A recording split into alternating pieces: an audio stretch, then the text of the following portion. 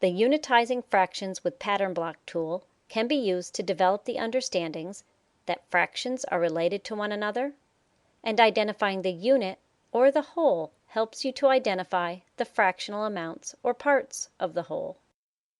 This demonstration will show you how to use the tool to create a challenge for your students and how students then use the tool to solve the challenge.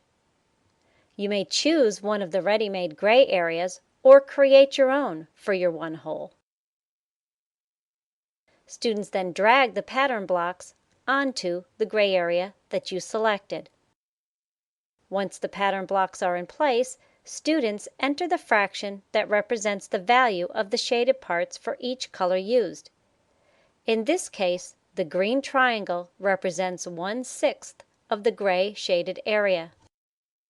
Now, let's create our own challenge without using one of the ready-made examples.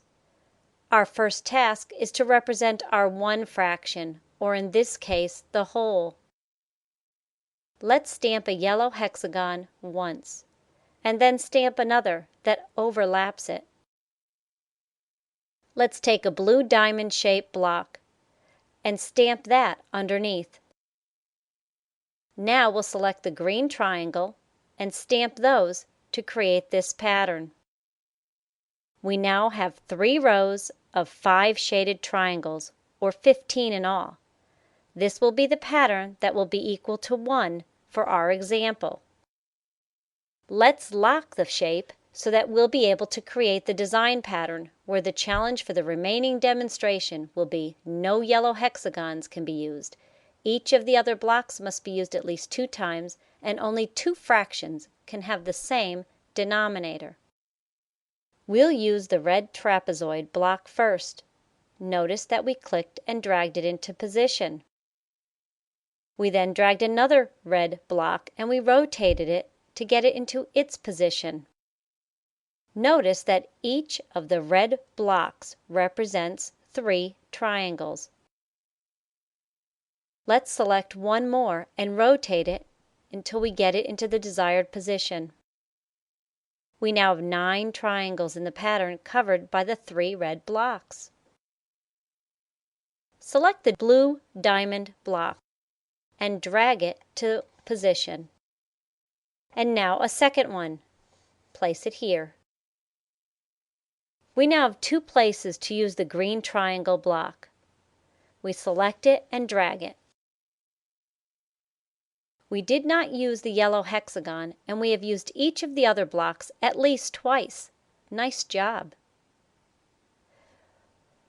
We have 2 green blocks out of 15 gray triangles that we started with, so the green fraction will be 2/15.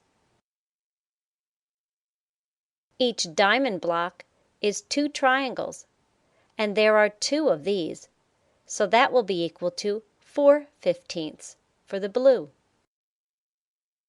And finally the red block. There are 3 red blocks in this pattern, and each red block has 3, so the fraction is 9/15.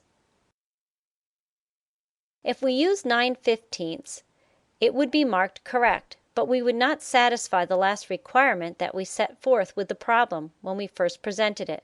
Only 2 fractions can have the same denominator. So by asking students how this requirement can be met, we can get the simplest fraction of 3/5 instead of 9/15.